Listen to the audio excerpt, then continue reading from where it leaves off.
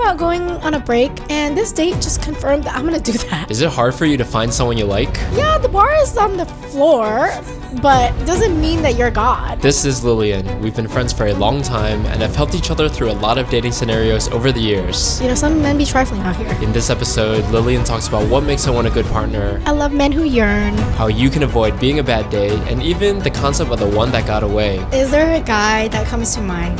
Yes. You're gonna learn how to filter better, be more emotionally available, and how to stop sabotaging yourself because you probably fumbled a few times. Who hasn't? Honestly, like, even the terrible ones, like, have brought me somewhere that I needed to be in my life. We'll also talk about some notably bad dates throughout the years. Damn, that's some trauma. Like, I would not be able to survive. Should the guy ask a girl for permission to kiss them? Oh my gosh, that is a good question. Welcome to the talking stage. Let's get personal. Welcome back to the talking stage. Lilian, thank you for being here. Thank you for having me. All right, Lilian, before we start, we go back a long time. 6 years. 5 years.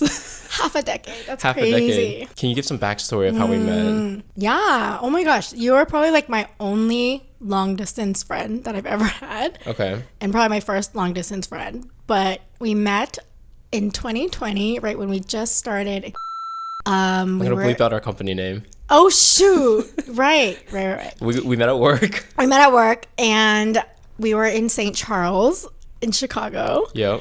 It was freezing and we met just like at a company event. Yeah. Yeah, it was. I remember we met at like the networking part of like a business. Yes. So, like, yes. Wasn't it the karaoke thing? Yeah. It was a karaoke So night. Yeah. from what I remember is, we were there for a business trip, and then we had like networking every night, just so we Yes. can like mingle and get to know people, whatever. I remember there's a karaoke thing that people could go up and sing, and I remember thinking like, okay, what are some good songs that you can sing that are still like work friendly, PG? And all of a sudden I see 3 girls at the front, and then I hear Nicki Minaj super bass play, and I was like, That was for sure me, wasn't it? Yeah, that was I you. for sure queued that up. that was definitely you. That is a must sing for So, karaoke night. I see you just ripping super bass in front of all our coworkers, and I was like, okay, she looks like she's a fun time. She's from California. She's That's from all California. you need to know. But then I remember I was like, yo, what's up? I'm from like the DC office, and then you said you were from the SF office, but then at the time my girlfriend lived there, so I was just like, oh yeah, I visit SF all the time, and then the rest is history. Also, so speaking of 5 years ago when we first met, I actually put together some pictures of when we first met. No, you and didn't. I want to do some I'm so I want to nervous. do some narration, or I'm so nervous. so we're gonna look at each of the pictures, and I want you to kind of break it down, and we can do some live reaction. But we have to describe what the picture is for the audio we're gonna describe only it. listeners. So this is the first picture I see. So this is like a selfie of us in But a- I so remember this. We're in a parking lot. Why are we matching? That's so funny. We're like so it's like us two and 2 of our coworkers, and we went outside to like a parking lot. We left the daily nightly event. Yeah, and then- we're like, let's go leave town and skip town and go to Uber wherever somewhere. the hell we were, because I don't even remember where we were. We're in like the suburbs of Chicago. And this is my first time like being in the snow, being a California girl. So Do you think we look the same? we do look the same. It's good skincare.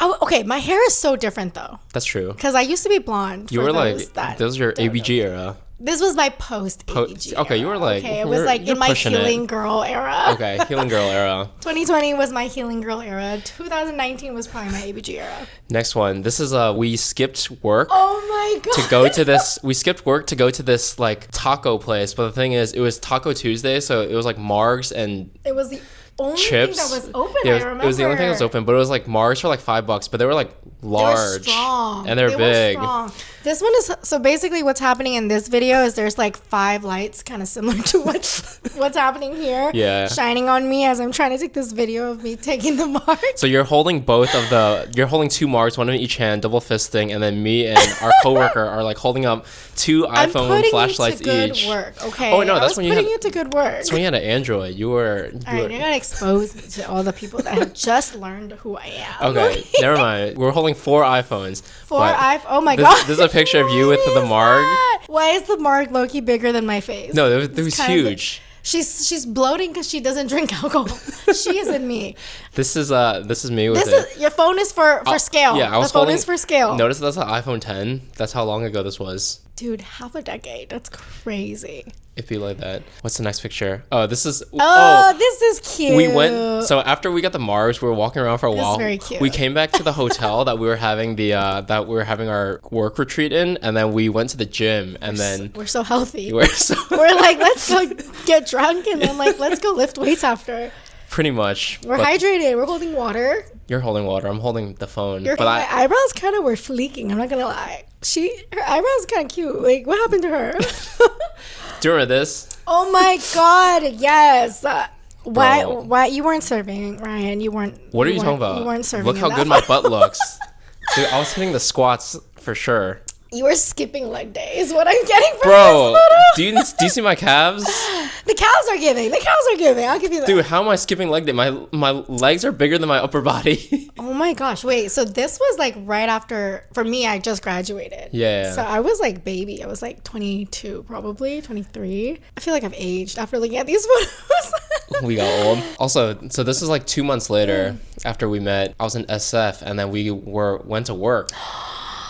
Oh my gosh. So this is us in the company office. I miss this office. You know, they tore down the office. Wait, like why? Most of the interior is like completely different now. Oh, really? Yeah. But oh my gosh. I do remember this. This is not me in the picture. I'm going to blur our coworker's face, but this is not me. This is, I took the photo. You're not going to post this photo, are you? No, I'm going to post it, but I'm going to blur out our coworker's face. So it's just you. Nice jeans, though. No judgment. I was wearing skinny jeans, had some growing out of my highlights phase, was figuring it out. All right, nobody judge me. It's okay. And then last but not least, honorable mention, but this is before you moved to New York. Remember we went to Angel Share? Wait, don't tell me. Oh yes, that was my first speakeasy in New York. I'm not even kidding. We went to Angel Share, and then we went to that lounge afterwards. Oh my god, when I fell asleep. And then you literally fell. So we're sitting on the couch, we're just like chilling, we're talking, and all of a sudden, so bad. I look over at Lilian, and Lilian is like fast asleep. And I was like, I'm pretty sure it was like literally mid-sentence. Yeah, you were mid-sentence. This is so bad. And I responded, and then I look over, you are passed out. You're still wearing your parka too. Hey, that parka comes in handy, okay? I still wear that parka. But no, I remember this is because like, honestly, like back then I was like not a big drinker. So those cocktails kind of knocked me out. I was not okay. That is the end of our walk down memory lane. What'd you think? That was really good. Honestly, you picked the highlights. What's sending me is that we were matching when we were that night. That was crazy too. That's true, yeah. For those of you guys who are like watching, we were both wearing like a maroon scarf. Yeah, it was like the exact same color. It's giving 2020. Yeah, it's true. I haven't worn that scarf. Me either. It's like at my parents' house. Scarf type B. Yeah. No, mine was an infinity scarf too. Yeah, I'm pretty sure it was from the women's section. Maybe we had the same one. It's fine. Yeah. It's like Amazon women's collection. Yeah, fair enough. So when we met, you were living in San Francisco. I was living in DC. I was actually living not in San Francisco proper, but yes, in the Bay Area. Okay. But you spent your whole life in the Bay Area. Like you grew up there, you went to Berkeley, and then now what caused you to want to move to New York? That's a good question. I feel like, honestly, like, I don't know at what point I was like, oh, I for sure want to go, but I think it was like a slow buildup of it. And it probably happens when you're like kind of feeling a little bit stuck, right? Because it was like COVID and I had graduated college and I was working, but every year kind of felt the same because it was like still COVID. And there was like a part of me that romanticized like having a bigger chapter after graduating, right? And like doing something that felt new and exciting. And I think naturally that led me to romanticize New York and like want to be in the city. And then slowly I started to see that there was like a big influx of people from California that were doing that. It doesn't take away like the importance of it for myself though, because I didn't like really know anyone personally that was doing it, but it was the push that kind of like made me think, you know, like there's more out there and like I would like to experience more. Yeah. Okay. And then so you moved to New York, I think late 2023, right? Yes. Is it late 2023? Yes, in the summer. Okay. Yes. So it's been like a year and a half. Almost 2 years. Almost 2 years. Almost 2 years. How would you summarize your sub 2 year experience? Oh my gosh, I love New York. I feel like every time that I've been here, like I've had, I would say like different chapters, like, right, there's like the whole moving to New York. Actually, there's before moving, and there's like the visiting New York, and I came to visit you as well when I first came, and it was dead of winter, like dead, so it was like right now. Yeah. And I was not prepared. I was like in LIC, and it was like too windy, and I was like, I got outside and I wanted to like walk to the subway. It was probably like 8 minutes away. I got outside, was about to be blown away by the wind. I walked back into the hotel and I was like, yeah, I'm gonna Uber. Like there's just like no way. But since then, I feel like New York has kind of come in chapters for me. And first year was like figuring it out and like being excited about everything and finding my friend group, and like besides you, I really didn't have friends here, right? And like all of those friendships were new friendships that I was like nurturing and building and meeting new people, and then also kind of like putting myself out of my comfort zone, which was really exciting. And then like I guess after the 1 year mark, that's when you kind of like settle into like the people that you feel really safe with and the people that you really love spending time with, and then that feels a little bit more like home. So less of like novelty, more of like, you know, like this is where I live now, and like how do I build routines, how do I build like my life here. So that's like what I've spent like or at least this half year feeling.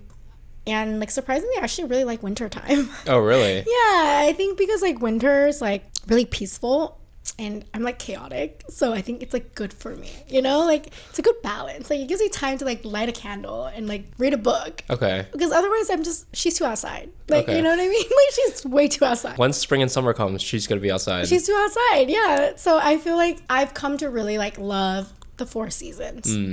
Yeah. Okay, versus not getting the seasons in California. Stereotypically speaking, San Francisco and like the Bay Area is known to be the worst area to date. For men. Right? Yeah. But then also it's just like it's known to be just kind of difficult in general, and then people also complain that New York is pretty difficult. How would you compare the two now that you have done both? So these are things that I hear versus things that I experience. Like I would say in the Bay Area, people say that people are very similar, like they're like tech bros and they all have the same personality, they talk about work all the time. I for some reason haven't experienced that like when I went on dates in the Bay Area, which I'm lucky. I feel like I've met a handful of really good people there who I still kind of kept up with, like, you know, as we separated paths. Like some of them ended up moving to New York, so there wasn't like that much of a negative feeling towards dating for me. And then New York, I would say there's a lot of more like variety of people that you'll meet here, which I think is like exciting, one, right? Because then I'm meeting people that are not only from California, born and raised. There's like people coming internationally. I will say that people here are a lot less committed though. So for those who are like looking for a long-term relationship, it's like definitely harder. Like and it's not even that like the relationship or the connection isn't good. It's just that like to get to a level like where you feel like you want to commit, it's just like a higher threshold. So I would say like those are the main differences. Yeah, a lot of people have qualms about it here though, which honestly makes sense because, you know, some men be trifling out here. So I would say New York has probably a higher probability that you will meet people that will like kind of piss you off, you know what I mean? Okay. When you said that some men are trifling, can you elaborate on that? Yeah, I would say like people will come get at me and be like, oh, it's because like now the tables have turned or whatever, and like how in the Bay or whatever, like the women has the favor or whatever. It's not even about that to me. It's just that here I feel like the level of like respect that people show up with is like different. And it maybe is just because people are so used to meeting people that they are a little bit more jaded, so they just don't act right. Like I've been lucky that I haven't really experienced anything crazy, but I've heard some stories from some friends, and you're laughing because there is one story that I guess is like kind of trifling, but it's not even that bad compared to like what my friends experienced. Do you want to talk about it? I mean, sure, we can talk about it. It's just like this is probably like my worst date ever. And honestly, to say that, I feel blessed because it could be way worse. But yeah, I went and we had like gone to like this oyster bar. And then by the time I got there, like he had ordered and eaten half of the food. And I was like, okay, like maybe he doesn't know that wasn't like socially acceptable. And then like I tried to like really shorten the date as long as possible, as fast as possible, but I learned that I'm really bad at showing that I'm disinterested, because even throughout the whole date, like I tried to end it, and then when we ended, he was like, oh yeah, do you want to go get drinks at the next bar? And I was like, damn, like he really thinks I like him. And so I think if anything, that just taught me I really need to work on like my rejection game, and also I just need to screen better because that guy was just not it. It was It was not it. It's like a painful hour of sitting at that Worcester It was bar. like I think it was like 45 minutes. Okay. Yeah, I think I was trying to get out of there quick, but yeah, I don't think he meant any harm. But you meet people and they're just a little weird, and that's okay. That's fair, yeah. But then I saw him a year later. I'm not even kidding. Like recently at a friend's birthday. He showed up, and then I found out that he wasn't even invited. He just like split the Uber with them, and then he yacked in the Uber, and nobody knew how to tell him to like leave. And then he ended up at the apartment, and everyone's like, who is this guy? And then he looked at me dead in the eye and was like, didn't we go on a date last year? And I was like, oh, you don't need to remember that. You don't need to remember my face. Like, this man is trifling. And honestly, like I told him after that date, I was like, you know what? I was thinking about going on a break, and this date just confirmed that I'm going to do that. Like, I really I was done. And I think that is my experience with dating is like you'll meet decent, like regular people and like not maybe feel what you want to feel. But then you'll meet like really weird people and you're like, yeah, I'm just going to take myself out of the market for like 7 months at a time, which I've done like multiple times here. I don't blame you for that because also, we go way back. I remember even during COVID and like how that was just a really interesting situation, obviously for the world, but also for dating. And I remember like, we would FaceTime each other during the pandemic and just be like, what's been going down with that guy? Or like, me telling you about whatever girl. Even your house flooded, and I remember your family was staying in a hotel, and we would FaceTime while you were in the hotel, and you would be telling me about these trifling men while you're in this hotel. I completely forgot about that. You forgot that your parents' house flooded? Yeah, I did, and that we were out for like 6 months too. That was like, this is what I'm saying. I think I block out memories that are traumatic. I don't know if that's a good or bad thing, but I completely forgot about that. So I guess out of the past few years and all of the guys and the experiences that you have gone through, would you say there's like a standout or a favorite lesson that you've learned through these people? Yeah, I think that like what I learned the most from dating the men that I've dated, and like especially the people that have come to like mean a lot to me, at the end I would do it over.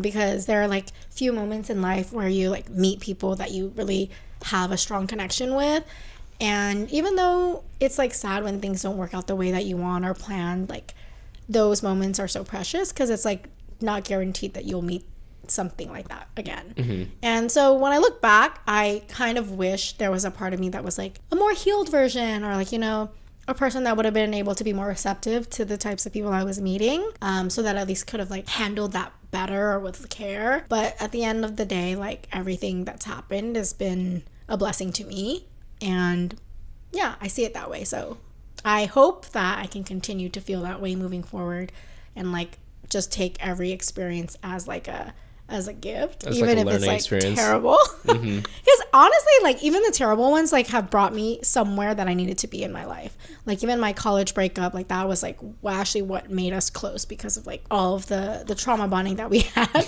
I think that breakup was why I didn't pursue medicine, right? And if I didn't do that, maybe I would have thrown myself into a career that wasn't right for me, right? Out of like a desire to stay close to that person, or because that's what I knew. And so everything that's happened, I think, this is a long-winded answer, but I think everything I look back as a blessing and like take that as like it in itself is a lesson moving forward. So everything has like a little bit of a lesson. No, for sure. Yeah. I think that no matter what kind of experience you go through, good or bad, these are the experiences that kind of shape us into who we are. And, the person that you are today has been kind of forged through all these like trifling men and these good guys that you've had met, right? But then you wouldn't be where you are and know everything you know if it wasn't for the experiences, good and bad. And I do remember that week we met at work, and then I remember like after we all went back to our like hotel rooms, you texted me, you're just like, bro, I can't sleep because I'm thinking like this shit happened with my ex. I was like, we have work in like 8 hours, but okay, we can talk. What a dark time. I don't even remember all of that. I think I block out memories. This is what I'm learning about myself. Do you remember it was like we stayed up like pretty late talking about it, and I was like, we got a call time tomorrow morning. That probably happened, to be fair. That's funny though. Yeah, but I do think like what I've learned from that is like I feel like there is a handful of people who go through that and there's some beauty in the collective healing and the collective trauma that comes from it. And I think it happens like whenever you kind of like pass like a major major milestone in your life, like right when you graduate and there's all these big changes, everybody's going through it. And so I think back to that girl and I'm like, I want to tell her like she'll be okay, because I know that she will. And in the end, like, she just needs to go through that. So now whenever I'm going through shit now, I'm like, she'll be all right. Like, I'll just let her go through it. It's the character development arc. For sure. And like, even though that happens, I feel like you start to build like this idea of like self-trust, right? Like, and I think that's really important, because some people don't really let them experience like these feelings, like these darker emotions. But I think as you experience it more, you realize that like, hey, like, these are normal experiences that I'm going to have probably more often than I'd like. And even though I experience them very deeply, like, that is a testament to my trust that like, despite that, I will still be okay. And you have the proof, right, from your past selves and all that kind of stuff. For sure. Looking back from that period of time 5 years ago to now, I guess, how has your filter changed and like what you're looking for? Like, what kind of guys do you think that you were going for in the past versus guys or like qualities that you're looking for now? Yeah, that's a really good question. I used to think about that a lot, but I feel like recently I've like not thought about that, which is very interesting, because I wonder like what changed that. I'm curious if it's maybe now I'm like trying to actually be more open-minded. Before, I kind of had an idea of like what I thought I wanted or what I needed in a person and in like a partner. But now I'm like, maybe there's like qualities that I didn't really value before that I'm willing to like test. And I'm still in the process of that, so I don't think I have like clear answer on that side, but I can tell you like what I used to look for and like maybe what I still kind of do look for. I think for me, I really like very secure guys, like people who are secure in themselves. And also I tend to like people who are very like caring and empathetic, have like a high EQ, and they tend to be kind of like the caretaker, like, not of me only, but like I really am in awe of someone who can care for like the entire group or like care for a stranger on the street. I feel like I looked for altruism, which exists, but it's rare, I would say. So maybe that's like what I used to like be drawn to. At the same time, I think I also really liked ambitious men who like had goals and dreams, maybe because in part it mirrored who I was, and I felt like we could do that together. Yeah, and those things are still important to me. I think there's probably a handful of other things that I'm missing, but through my conversations with you, would you say that's pretty accurate? I'd say that's pretty accurate. Right? I think that, especially looking back from when we first met, I think that we were both kind of in the corporate weapon, like very ambitious. But then, I mean, I can only speak for myself. I fell off that wagon. Like, I'm not a corporate weapon anymore. But like, I'd still say, but I think that like, even if we're not like gunning to be a corporate warrior, you can still be ambitious and like be passionate about other things, right? That's exactly it. This passion. I feel like I'm drawn to people who are brave enough to chase what they want. And it is a privilege. Like, I acknowledge that not everyone has the ability to do that and can do that, but I am very drawn to them when they are able to like say to themselves and honor that part of themselves. I love men who yearn, I love men who yearn, like bring back men who yearn. Make that hashtag men who yearn. Yeah. I feel like that is probably why, I don't know if you watch La La Land, but I think La La Land is like truly my favorite film, because, and I know a lot of people don't get it, and they kind of miss the mark, or it's like a little boring for them, and that's totally fair. But after like having grown through everything that I've experienced, I realized just how much like I relate to certain parts of that, where it's like there's so much love in just letting someone be who they are and like chase their dreams. And even that means like letting them go, right? And I think that's like a very common thing that we hear about, like if you love someone, let them go. But it is a very adult thing that I think it takes a lot of courage to experience, because it's easier to choose something that feels like safe and like accessible, but it's harder to choose something and then actively decide like I can choose it now, but eventually I'm going to let it go. Which I think is the type of man I tend to date. Is there a specific guy in mind that you've had to let go? And like, is there something that you've learned from that experience? Yeah. Is there a guy that comes to mind? Yes, there is. When you're asking me about like my past dating history in the last like 2 to 3 years, there's like one that really, really meant a lot to me, and like it has taken a lot of time for me to fully process like the ending of that. And in part, it's because it's like you're not the only one that experiences, right? It's like a two-way experience. And so there's a part of me that like didn't want to honor what I felt, because I was like, well, like, why am I doing that? That's silly. Like just let it go. But I think giving myself time, give myself like about a year, right, to like just let myself grieve it, even though it might not make sense to fully feel those things. I think that it was a important thing I needed to do. Yeah. So more on the character development arc. Yeah, I mean, it's not that I was not whole before or anything like that, but I do think that it tested me in ways that made me realize that like my capacity to love is still there, and even if it doesn't result in a certain way, doesn't mean that I should dim that, right? Like I should still be that version of me, and even if that person doesn't necessarily feel the same like intensity, like it's still your experience and you should honor that. And in part, like I used to make YouTube videos. I mean, that's why we got along really well, because we had very similar interests, right, you and I. And then I took a huge break from it, and part of that was just because like I felt so vulnerable. But I'm usually really comfortable with vulnerability. Like I really love vulnerability, but it was the first time in my life where I felt like shame, and I was like, I don't want to like share about the experiences that I'm feeling, because even though they are like valid and my feelings are valid, like they don't need to know that. Like no one needs to know what I'm experiencing. And I think I took a break from that to honor the shame that I was feeling for the first time in my life. And I'm slowly getting back to feeling comfortable sharing, which is why this is actually like my first conversation and talking about it publicly. So yeah, I think experiencing deep, meaningful connections is never something to be shameful about.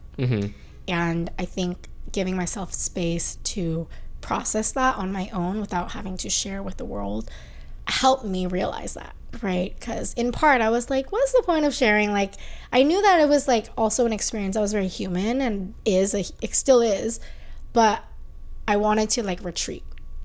And now that I've done it, I'm still able to kind of reflect and be like, no, like that was needed to get me back to the version of me that I love, which is like this open and vulnerable and like honest type of person. Absolutely. I think that as people too, like we don't like risk, or like I think humans are naturally risk averse, or we try to minimize hurt, or we try to minimize failure. And I think that's people don't want to talk about being vulnerable, or people don't want to kind of open themselves up, because when you open up yourself up, you kind of put yourself at the risk of failing or getting hurt or anything. And that's why, you know, kind of going back to dating in New York, you see all these people with commitment issues, or people that don't want to kind of open themselves up and try, because it's like, oh, if it goes badly. That's what I'm saying. Like sometimes you gotta take yourself out because you're the problem. Like if you become like the person that's like emotionally unavailable, which I started to see, I was like, oh, I don't think that's me. Like I don't want to be that version. So like took so many breaks from dating in New York. Where would you say you are at now, emotionally, capacity wise? I'm like getting there. Like I really want to be emotionally available again, and it is something that I'm intentional about, but I am also honest about whether I am quite there, and I don't think I am. So there have been times where I'm like casually dating someone, or I'll meet them, and there comes a time where I have to let them know like, hey, like this is where I'm at, and I just don't think that it's healthy for me to like be in this state and date you at the same time. And I hate that it's taking longer than I wanted, but again, like I don't think it's fair to anyone to enter something like unavailable, right? And I know it's very common in New York, which is exactly why I don't want to be that person. Yeah. But I think at the same time, like you're being honest, and you're saying, you're kind of being upfront and getting around it, saying, look, even if we're having a good time, I want to let you know where I am headspace wise. And I think from like the guy's perspective too, I think they appreciate that a lot more, because I feel like guys always say that. I'd say stereotypically guys say that more, but like regardless of gender, I think like the other person is just, it's better to be over communicative than not at all, right? Yeah. And I value communication. I really do. And like I think that I've met a lot of people who are actually able to do it, which I think is good. I do think that the challenge is not just communicating it, but actually like meaning what you say. Like for me, I tend to see like myself say one thing and like I still struggle to fully mean it. Like if I say like, I'm not really looking right now, maybe that's not 100% true. Like maybe I'm looking, but I just am not in the headspace that I want to be where I am looking, right? And so I think being honest to yourself in New York is really hard. And I don't know exactly why, but it might just be because of like the constant churn that it's just harder to bring your full self. Mm-hmm. Yeah. And also I feel like because there's so many people, and this is a city of a lot of like Yes. young, So attractive, many pretty ambitious people, right? So many amazing people. Yeah. So So many trash people too. but it feels like, you know, there's like a constant knock on your door. There's like a line outside your door that you can always find someone better, right? Yeah, I think that's like a very interesting concept because I don't think I've ever thought about it that way, but I know that like men do, and I'm sure that women do too. But I think for me, it's never about like, oh, you can find someone better. It's just that you may have experienced better. Like that's kind of what I feel. That's true. It's less that I can find better. It's that like I experienced better. I felt these feelings, and if I don't feel those feelings, like what is the point of this? And I think that's where I struggle. And I'm sure like some people struggle with that too. But yeah, there's also like the whole like, oh, there's always like better women, like better, like prettier, like smarter, more successful or whatever. Which I don't know, that doesn't actually matter to me as much. I think it's very natural to compare too, because you're just like, oh, with this guy he did XYZ for me, right? Like he planned this, he like held the door for me. But then I think that while it is very natural for us to compare people, because obviously we're in a similar situation, right? Like you went on dates with this one guy, now you're on dates with another guy, so it's like the same romantic context. But at the same time, I think that people express their love, affection, care in different ways. So even if it's not the same XYZ, that they're still trying, or like they're putting an effort in a different way. But I think it's less about the actions themselves, but it's kind of like the intent behind the actions. Because if someone does something that's, you know, it's like meaningful to them, but then, you know, it could hit or it could miss with you, right? Or like it lands differently. So I think it's more about finding someone that matches the way that you like to be cared for, the way that you like to be treated, and find someone that kind of aligns with those things. Yeah, that is a very good point. I think that as I meet more friends, even like I see their relationships and I see how their problems mainly arise just because they have different love languages. But even before that, even before like getting to the point of like how you feel loved and how you feel cared for, I think my challenge when I date now is like, how do I feel with this person despite him doing all these amazing, sweet, nice things? And I have to always ground myself in like, is it that he's being the sweet, nice person and doing the things that a great boyfriend would do that makes me want to date him? Or is there something about him that I really admire or like really love or like, you know, really respect? And I feel like that part has been the harder part to find. So I really do say I'm really lucky when I date here that I don't have really terrible horror stories. Like I know that there are plenty, and I've literally heard from people that say they go on dates and then they leave the date and then literally they'll forget something, they'll go back and they'll see the same guy walk in like 5 minutes later with a new girl. And I was like, damn, that's some trauma. Like I would not be able to survive that. But I've been lucky, right? And it's never about like people treating me poorly. It's more around like I really want to feel something and I just haven't, you know. And I think that that's a lot of people too. I'd say like, okay, so earlier you mentioned that you're still trying to get yourself ready to date and kind of put yourself at that like emotional, like emotionally available position. I guess what would make you feel ready, or what would make you feel like you're ready to kind of get back out there? I really do think it's the person. Because even when I like had met the person that I like really, really liked before, I was not ready. Like I was still getting over something and was not looking really, but it just like so cliche, but you know, it fell into my lap and then I like was like, wow, this is nice. Like I was not expecting that, but this is something.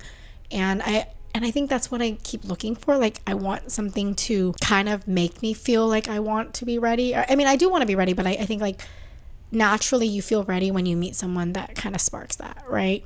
And there's two schools of thought. There's like the one where it's like love is a choice, and I believe that, and I do. Like you choose to love someone and you choose it again and again, and you choose to show love and be there and show up a certain way. But then like love is a feeling, right? And it like sweeps you off. That's so cliche. I'm not gonna say sweeps you off your feet, but like let's just say it sweeps you like literally by storm, where you're like, wow, I wasn't expecting that, but this feels right. And I want to believe that there is a world where two can coexist. And I don't know if I'm quite ready to like let go of that belief or like dream. It's actually one of my prompts on Hinge is like, what's a dream you let go of? And I think about that a lot because this is a dream I don't want to let go of, which is like falling in love and choosing to love. Can they happen at the same time? Like that's what I would love. Yeah. I think both of those points are really valid, because I think that as much as love is a choice, because obviously over a long-term relationship, there's going to be some times where you're feeling like, you know, like a 10, sometimes a 2, sometimes, you know, a 7, whatever. But then at the same time, you want to be, you know, attracted to them enough to the point that you are able to make that choice, right? Because even though they say like, you know, love is a choice, you have to choose to show up, but something has to pull you in the door before you can even show up, right? So, and that's where the kind of sweep you off your feet, you feel attracted to them, you're like really drawn to them, I think comes into play, because, you know, you're not going to make that choice to love someone if you're like repulsed by them, right? Yeah, I honestly don't even know for me if it's like, I feel like attraction is one thing on its own, but then it's also like a byproduct of the connection you have with someone. Like I feel like the attraction comes from the connection almost, which is maybe the hard part. I would say like maybe I've met so many people that I'm attracted to, like physically, like I find them attractive, but when we like talk, I'm like, He's dumb. Okay, I yes, like sometimes that, or sometimes it's like, oh, it's like not quite there, but I'll like maybe give it another try kind of thing. And I don't know what the right answer is, right? Like I truly think that if you go and talk to like a dating therapist or go to a life coach, they will tell you like you need to give it more time, right? And you need to build it with them. And that could very well be true, right? Like that's how you build friendships. But again, I do think there is a world where I still have not decided to let go of, where I think it can still feel like that and also still build. So maybe you'll catch me in like 6 more months and we'll talk about it again and I have a different stance. But like right now, I'm like, I don't think that that's quite it. Okay. You know? That's fair. Yeah. We'll have you on in 6 months after the summer, and we'll do a second episode. So you're pretty close with your family. Yeah. Like, you know, your parents are in California, and then you have an older brother who's like a year older, so you guys have a very close age gap. Yes. And also, I know you have a very supportive group of friends.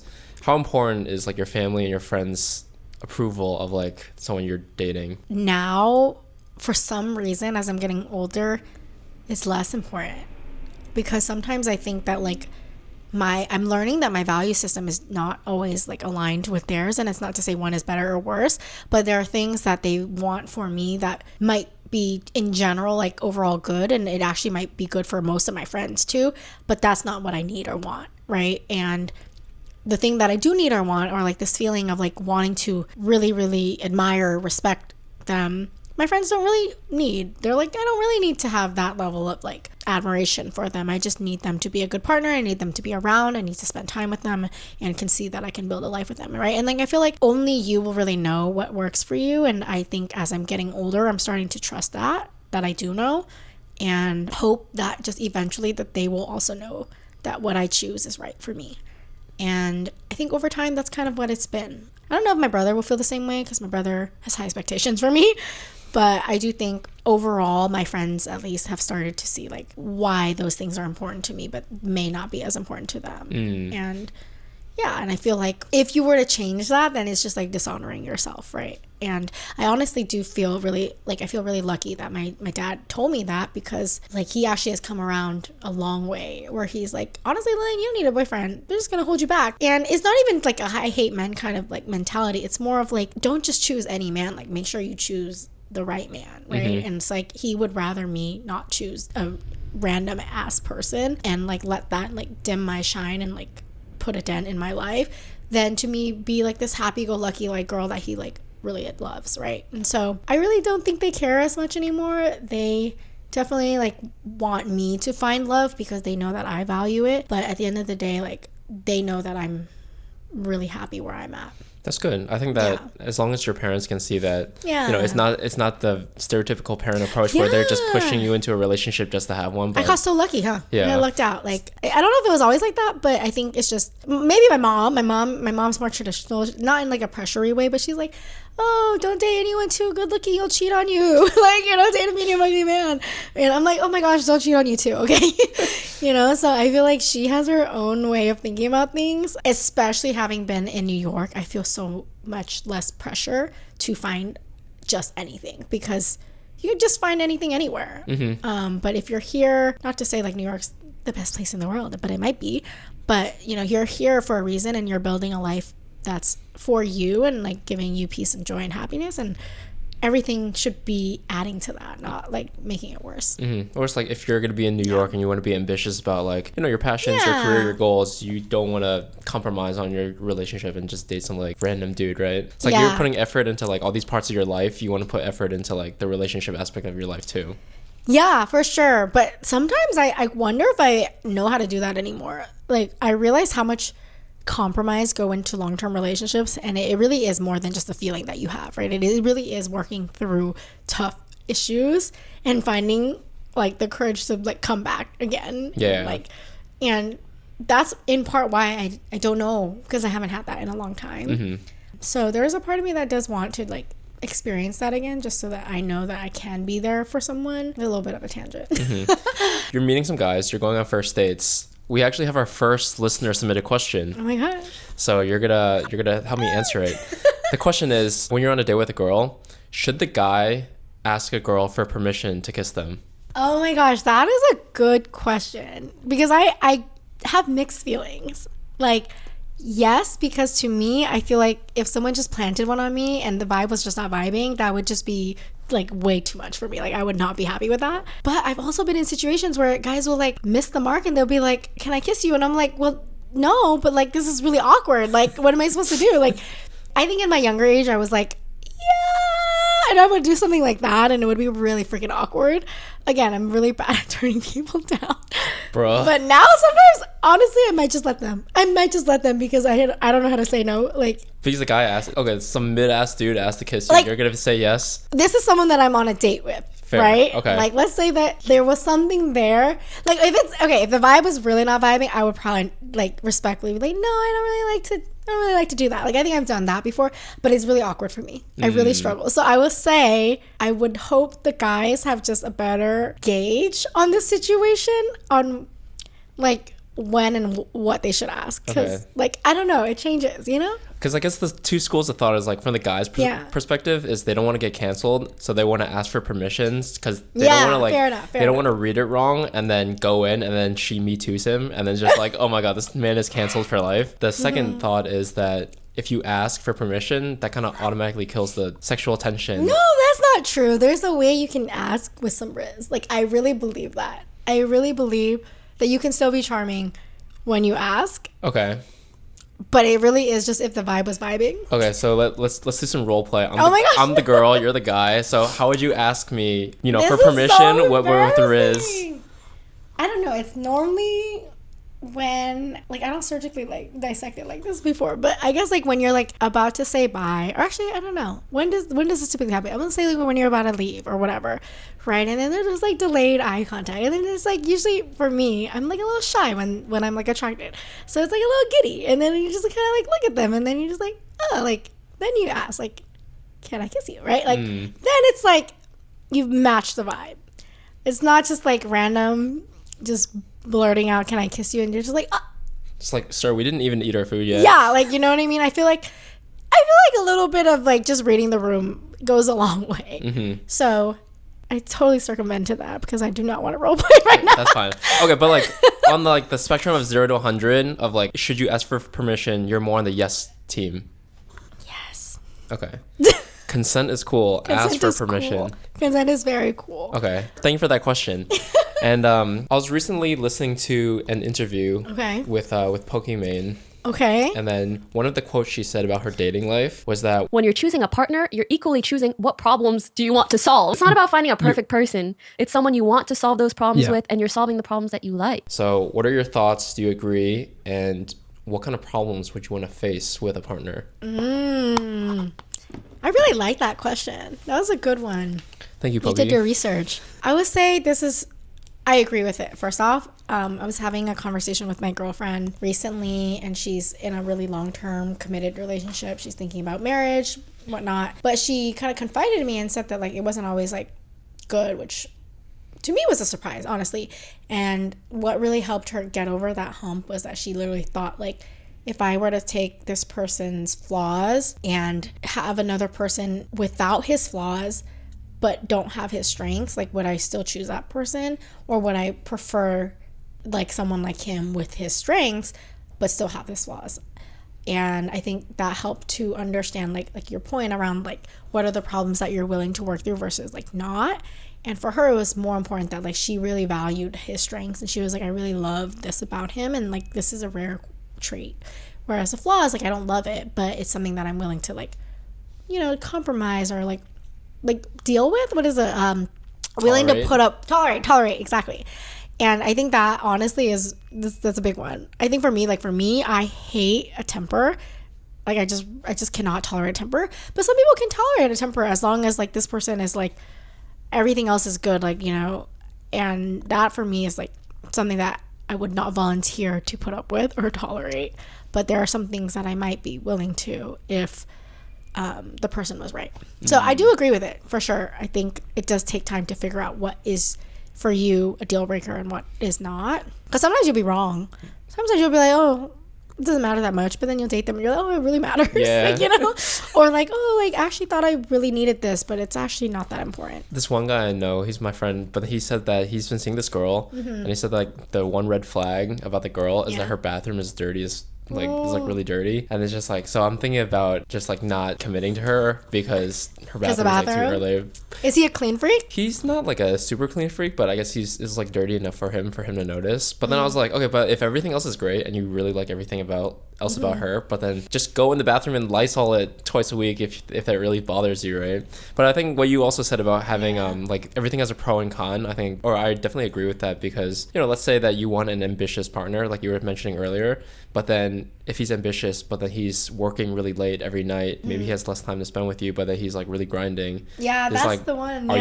Is that worth trading it in? But it's like you like the ambition versus if you just dated like a chill ass dude who did nothing. It was just like he has all the time in the world for you, but then you're just like, my man's. Yeah, that's actually the one that I think about a lot, because I haven't fully figured it out, and that's why I'm like kind of testing it, because yes, like I do think that is the person that I want, but again, yes, like is that something that I'm comfortable with having, like, you know, the moments where like he's just not as available as some of my friends' partners, right? And like that is something I think about, and I have not figured it out yet, but it is a trade-off, and I think that it goes back to like testing things, and that's why I'm trying to be a lot more open-minded, like going back to what I said earlier. Like I think I used to have an idea of like who I wanted or what I wanted, but maybe I'm wrong, you know, like maybe what I think I need is completely false, and like maybe some of the relationships I have with my friendships, even like guy friendships, like maybe it needs to be closer to that, like you know.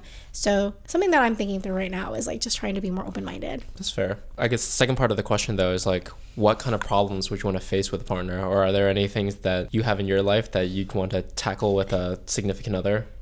Like, do you mean would I love to have like a support system through, or kind of like, yeah, or even kind of reflecting on your own flaws, or like things that people would have to work through, right? Like, oh, I'm like such a neat freak, so they're gonna have to put up with that, or like, oh, I like work a lot, or oh, I have OCD or something. Yeah, for me, I think like at this stage, I do think I need somebody who's a little bit more emotionally available than me to work through my avoidance. And I used to never be avoidant, so this is like a new thing that I'm navigating. I feel like I almost like overcompensated a little bit and just like went the other way. But I think like working through that, and someone who's patient enough to kind of navigate, which that sounds silly because I wish I didn't have to do that at this age. But you know, everybody has different healing journeys, and you guys just be honest with yourself. So that would be one of them.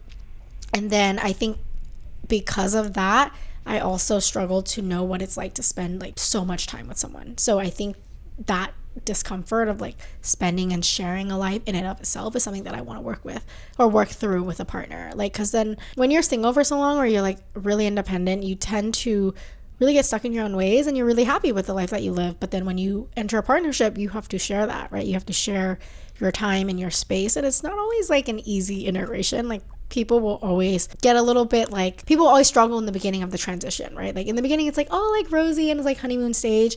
And then as you start to realize, oh my gosh, like I used to live this life, but now it needs to be like a shared life. Like, how do I do that? Like, I would love to navigate that with someone. A quote I heard about relationships is when you go from single to relationship, you have to change your mode of thought from me to we. Yeah. because it's like, you know, before you just have to worry about yourself as Yep. an individual. And then, you know, I remember when I was single for like 3.5 years before I started dating my girlfriend. And then, you know, obviously I lived like a good life. Like I moved to New York. I had a fulfilling life. I had hobbies, I had friends. But then once we started dating, then, you know, everything's kind of, you start acting like a package deal, right? Yeah. And even like when people are hanging out, it's just like I don't just say yes to plans anymore. I like run it by my girlfriend, make sure that, you know, we're not busy that day or we're not doing anything else. We're not busy that day. Yeah. Like, see, like that. Yeah, So it's for like, sure. you know, but I think the transition from going from me to we is an important one, and it kind of just, you know, kind of helps you also realize like, oh,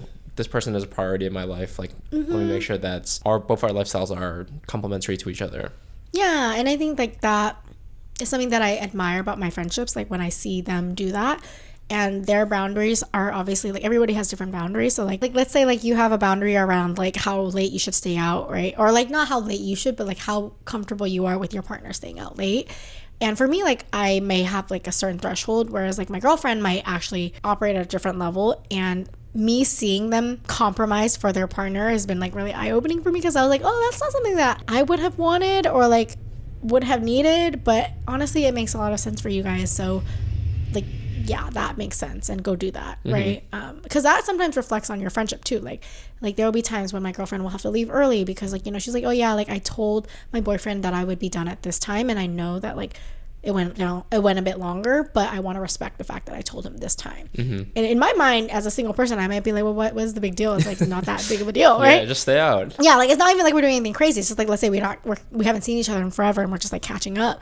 So I had to like reframe that a little bit and be like, okay, that makes sense, because like her boundary and her boyfriend's boundary is that like once you say something, like you want to stick with it, right? And maybe in the future, like whoever I'm dating, they will be closer to me, where it's like, oh yeah, like even though we communicated it, as long as you can say like, hey, like things went a little bit longer, but I really want to see her, I haven't seen her in a long time, like maybe that's something that we would also value the same way, right? So yes, there are things that you work through, but it is easier when you are also more in line with your partner, I think. Absolutely. It's, you know, you'll have less problems the more aligned you are, but then, you know, I think at the end of the day too, communication kind of solves all, because, you know, let's say your friend wanted to stay out later. If she just said like, hey, I haven't seen Lilian in like 5 months, so we're just talking, we're having a good time, I'm just gonna be home like an hour later than I thought. I'd like to think that like a reasonable, well-adjusted boyfriend would be like, oh yeah, that's fine, like hang out with Lily and have a good time, versus like, no, you have to be home now, right? Yeah, I will say that's the thing. Like I also was wondering if that was the case, and I found that it's actually not even so much as like what their boyfriend responds with. It's more that she wanted to respect the fact that she had said that she would be back by a certain time, right? And so that again was like eye-opening for me, because everybody has different boundaries and like different thresholds, and to me that made me realize that like there's no one right way to do a relationship, as long as you and your partner are on the same page and can like respect each other. So I did have to get used to that a little bit when that first happened, but now that I see it, I'm like, that makes a lot of sense for their relationship, and I wouldn't want it any other way for them. For sure. Because, yeah, at that point, it's kind of like I don't want to go back on my word. I want to, like, stay true to what I said. I guess one last thing to kind of summarize and wrap everything up. You're going on dates. You're meeting these guys. What dates? No, I'm just kidding. What's an ick that you have that a guy can do? What's an ick? Like a silly ick? It can be silly or serious. Oh my gosh. Okay, I had a recent ick that there was this one person that I was really interested in seeing again, because I was like, oh, this like could be a good time, right? Like in this person, I had like certain things that I really liked about him, but the one thing I couldn't get past was that like he had this like nice guy syndrome. So he was like basically saying like, oh, because I'm doing this, like I'm such a good guy kind of thing. Like he's like, oh yeah, like he made a comment about how, oh, you're gonna go off in the chat with your friends on this one, right? Because he said he wanted to pick me up or whatever, and I was just like, yeah, the bar is on the floor, but doesn't mean that you're God. Like it's fine. Like you don't really need to come pick me up. Like you know, I can walk. Like it's really good. So I think like when guys act a certain way to like gain your favor or whatever, and it's not coming out of like genuineness, like that's an ick. And then when they like flaunt in your face that they're being a certain way, and I really thought hard about whether I should see him again, because I wanted to see him again, and I was like, I can't do it, because he did it like multiple times. Okay, so we love a humble king. We love a humble king. Yeah, just like, no, I didn't just say it that loud. No God complex. No guy complex. Like you would think that's like common sense, but it really isn't. Like I think for him, he had experienced like so much trauma, he said, around like maybe potentially being used by women for doing nice things, and so he has like this weird thing about it. But I'm like, okay, I get that, but also like don't do things that you don't want to do if that's not who you are. Bro right? should not be on Hinge and go see a therapist instead. Right? That's what I'm saying. And then he also came from like a really long relationship, so I thought, you know, maybe he was good, like emotionally. I thought he had learned the chops. But then when that happened, I was like, oh, this is a red flag for sure. And then literally, like, for example, like our second date was maybe going to be like, I was not feeling well. So we were going to like do hot pot together and like pick up groceries and like make it together. And then he made a comment about how he was like, oh, we got to put you to work somehow. And then I was like, what? I literally was like, what do you mean? And we're literally picking up the groceries together. We're literally cooking it together. Like, what am I having you do? Yeah. Like, I was so like flabbergasted by like his The audacity. And he was also trying to like not calculate. I felt like anything he did that was good would be held against me. You know what I mean? Oh, it's kind of like you owe him something because he did it for you. Yeah. And I was literally like, no, like it's fine. I can do that myself if you're going to just like hold it over my head. Like don't do things that you don't want to do. Like, so I would say maybe that was a long answer to that, but no, that's a how would you sum that up?